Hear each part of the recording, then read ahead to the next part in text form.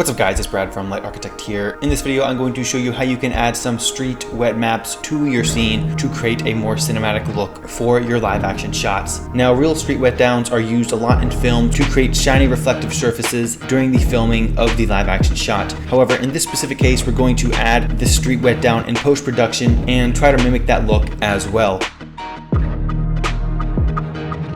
Anyways guys, let's get started. Here we are inside of Blender. As usual, we'll just delete everything in our scene here.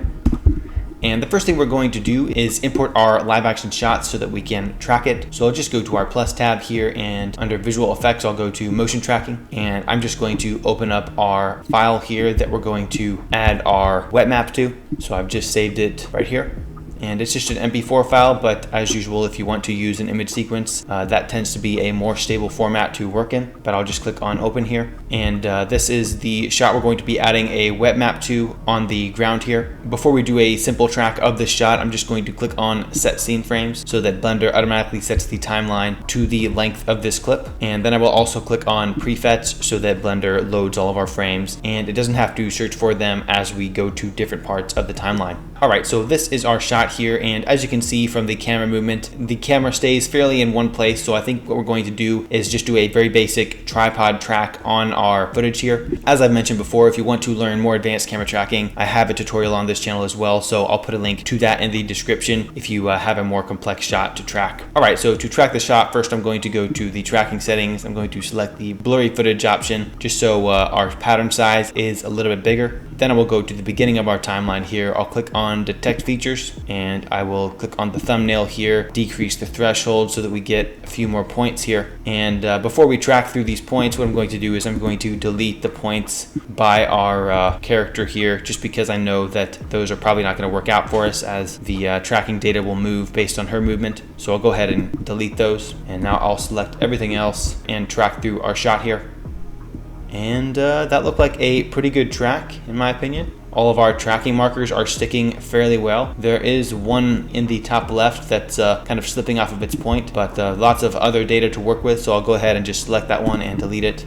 And for once, I think this camera track is going to be pretty easy. So again, if you're getting any errors in this process, I recommend you watch that other video with more in-depth information on this process. Make sure that you have plenty of tracking data throughout your entire shot here. And I'll select all of our tracking markers and go to the solve tab here. I want to select the tripod option just because our camera is fairly locked down. Even though it might be handheld, I think the tripod setting will work quite a bit better. I'm going to refine the focal length of our camera, and before we solve our camera motion, I'm going to add a camera to the top right here.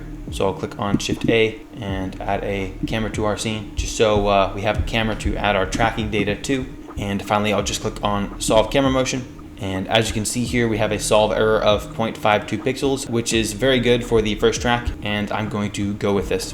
All right, so before we go to layout mode, we want to set up a few things in our solve tab here. I want to select an origin point for our camera to look at. So I'm just going to select our tracking marker here and click on set origin. And now, as you can see here, if I go to camera view, this point is the point of 0, 0, 0 in our scene. I also want to set the orientation of the floor in our scene. So I'll select 3 different points here that are kind of along the general floor of our scene here.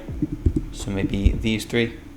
And then I'll click on floor. And now the orientation of our 3D camera matches a bit better. But of course, we can adjust this later to dial in our camera position a bit better. But this is just a nice way to initially set up our camera. All right, so now I'm going to go down here to scene setup and click on set as background. Now, as you can see, we have our footage as the background of our 3D camera, which is going to help us recreate the geometry in our scene. Then I'm also going to click on Setup Tracking Scene so that Blender automatically imports some preset settings in both the Collection tab here, as well as View Layers and our Compositing tab here as well. We won't use these collections exactly as Blender has them automatically imported, but it's just a nice way to generally set up your scene and streamline a lot of that process. All right, so this should be pretty good. Now I'm going to go to layout mode, and I'll go ahead and delete this light here. And the first thing I want to do is just kind of reposition our camera here so that our ground here matches the live action environment. So I'm just going to kind of eyeball it here since our scene is a fairly basic tripod track. So I'm going to just open up a side window here, and we'll keep this side view in our camera's perspective. And then in this left window, we can kind of see everything in our objective 3D world. And I'm just going to reposition our camera so that the ground plane through our camera view here matches our live action shot a bit better. And I'm actually going to delete our cube here just because we won't need it. And already we're getting there. As you can see, when we play through our shot, our ground is tracking along the ground in our live action scene fairly nicely. So this should be pretty good. And I might just adjust our ground plane here. I might scale it up on the y-axis a bit, or rotate it around maybe to fit our environment a bit better. And I just want to make sure that this ground plane covers the street where we want to add our wet map, and then we'll adjust its materials in a second. All right, so this should be pretty good. Of course, feel free to be as precise as you'd like, but the main thing we want to do here is line up our ground plane to fit the ground in our environment, and then just play through your shot to make sure it's tracked on there nicely. But yeah, this should be just fine. We can clean up the edges with a mask. So now it's time to create the material for the wet map on this ground plane here. So the first thing we're going to do is actually move this ground plane to our foreground layer, since right now it's being used as a shadow catcher by default. And before we continue, I want to switch the render engine to cycles. So I'll go here to render properties and switch it here. And now I will go to our object properties tab here while our ground plane is selected, and under visibility I will deselect the shadow catcher option since we don't want this plane to be a shadow catcher. And now, as you can see here, if I go to rendered view, it's actually being rendered out in our scene. One more thing we need to do so that we can see our background here is make sure that it's being rendered as an alpha channel. So under our render properties tab, I'll go to film and then enable the transparent option. And now, as you can see here, we're rendering the plane but not the environment in the background. All right, so the first thing we're going to do before we actually add our wet map layer is project a photo from the actual live action shot here on top of this plane using camera projection. And the reason for that is so we can more fully integrate the wet map into the texture from the live action street here. So I just have a screenshot from our live action shot here, and I'm just going to use this as the projection onto our ground plane.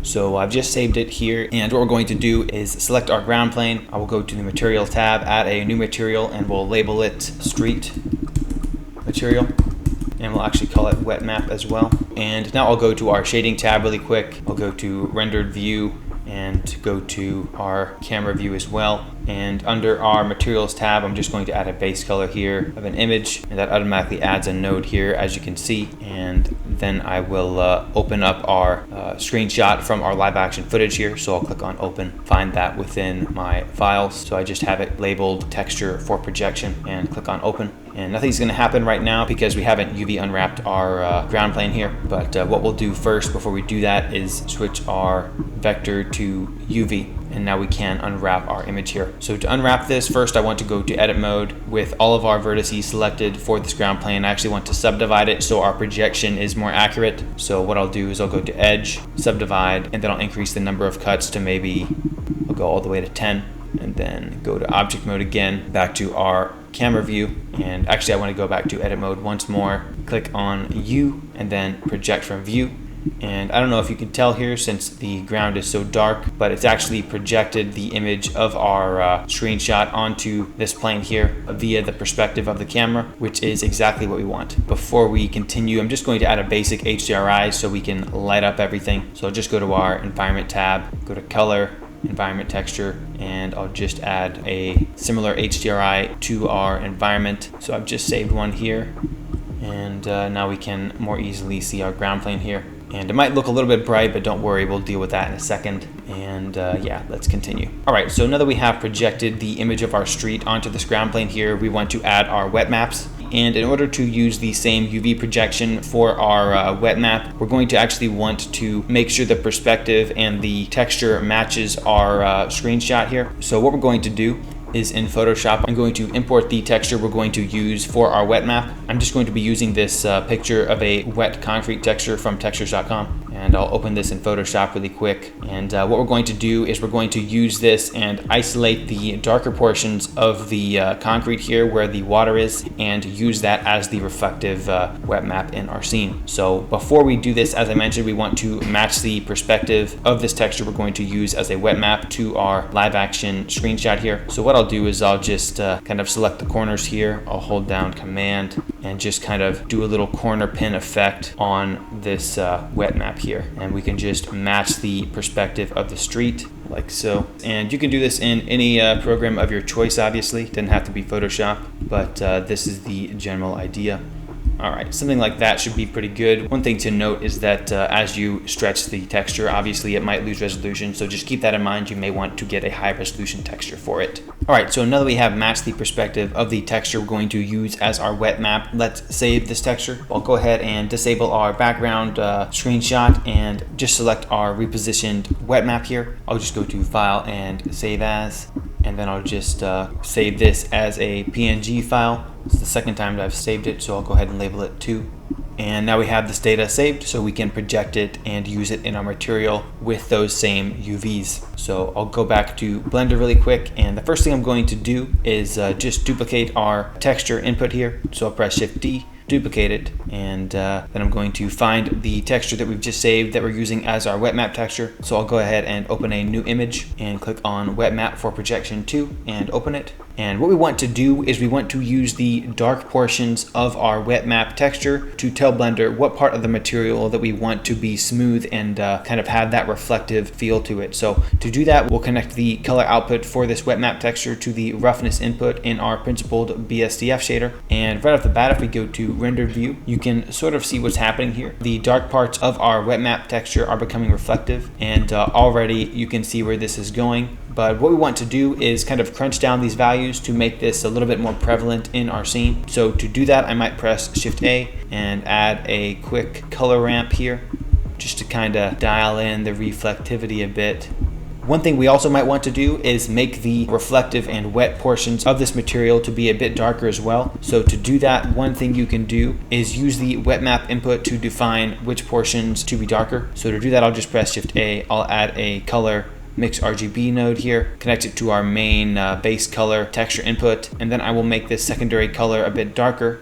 And then finally, I will connect our wet map texture to the factor input, and then I'll duplicate this color ramp node, put it here. Once again, kind of crunch down these values to try to make the reflective portions a bit darker via the diffuse material. So just something you can play around with. Of course, in the compositing process, you can adjust these things as well. One more thing we want to do in the material tab here is make the portions of this image that are diffuse transparent so that we can overlay this reflection map on top of our live action shot in the compositor. So to do that, I'll just create some space here. I'll press Shift A, we'll add a mix shader, connect it here, and then the second shader we're going to add here is a transparent shader.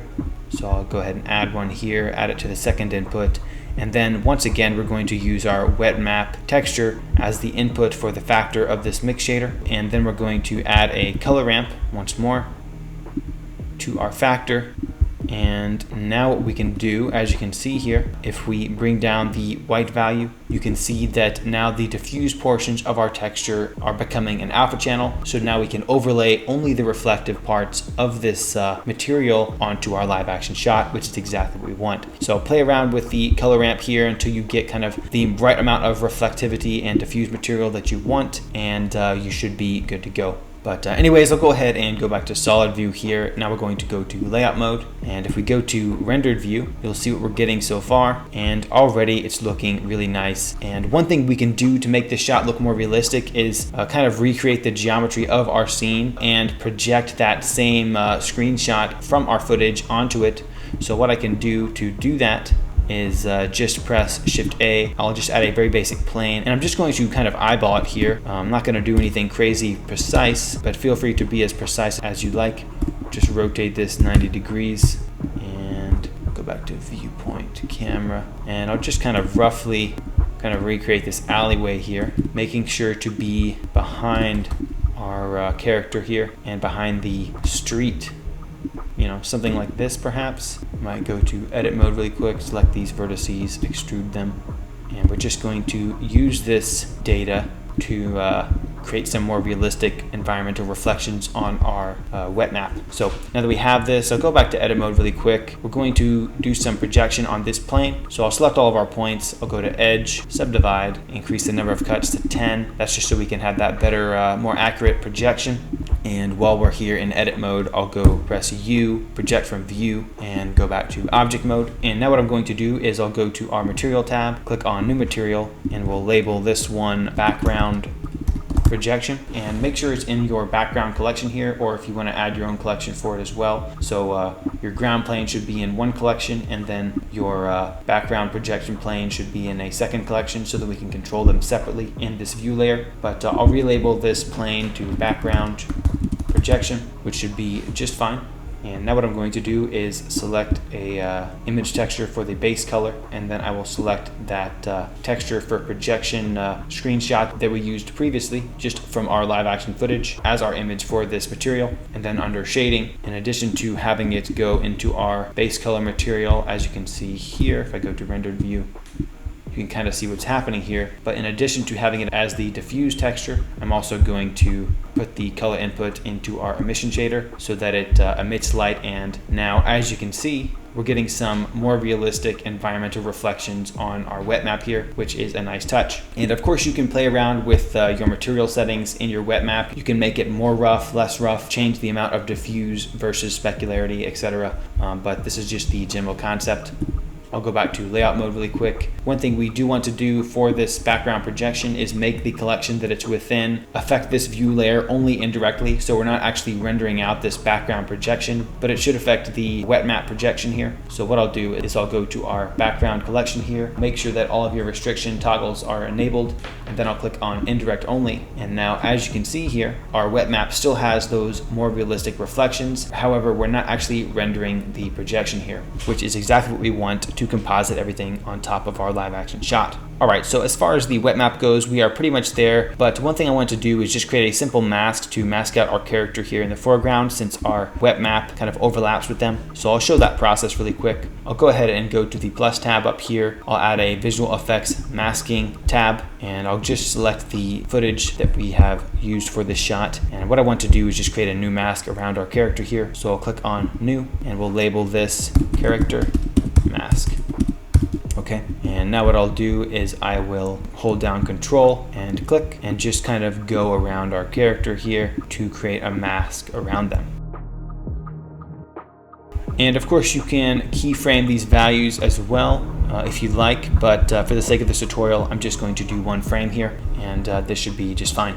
All right, so now that we have set up our scene, let's do a quick test render and start compositing our wet map. So under our render tab, I'm going to render at 34 samples. I've selected the seed stopwatch for some noise variation, and this should be good. Choose under your output tab here where you want to save your composite, and I recommend using an OpenEXR file format with an RGBA for your alpha channel for most visual effects shots. But this should be pretty good. Now I'll just click on render and render image, and let's see what we get.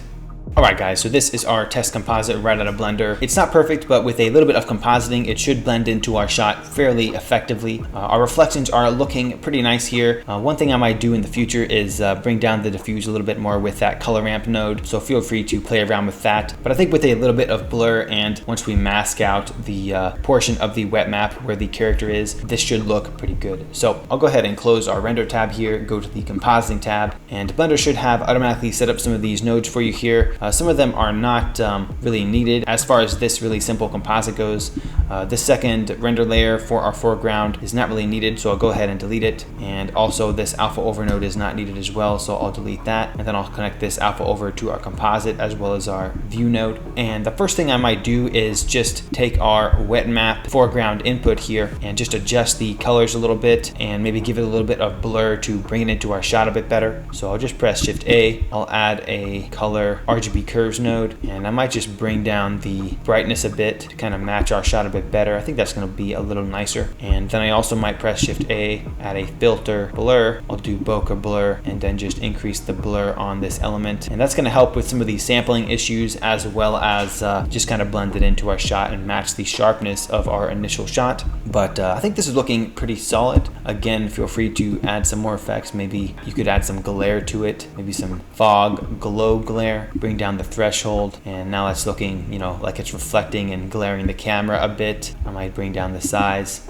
to 6 maybe. Sometimes adding little camera imperfections like glare and blur can help bring in your composite to the live action world, but this should be pretty solid. Now let's use our mask to mask out our character here. So to do that, I'll press Shift A, input, mask, and we want to use the character mask that we've created. And to use our mask and overlay our live action footage where the mask data is, what I'm going to do is I'll press Shift A, I'll add a set alpha node, I'll put our mask in the alpha and make sure the mode is apply mask, and then I'll take our movie clip image to this part of the image. I'll create another alpha over node, I'll press Shift D, add this right before our composite, and then finally I will take the output of this set alpha node and put it into the image input here, and this should be at 1. Now, as you can see here, our character is masked out and is looking pretty effective. In retrospect, one thing you could do to make this even more realistic is recreate the reflection of our character here in the wet map on the street, but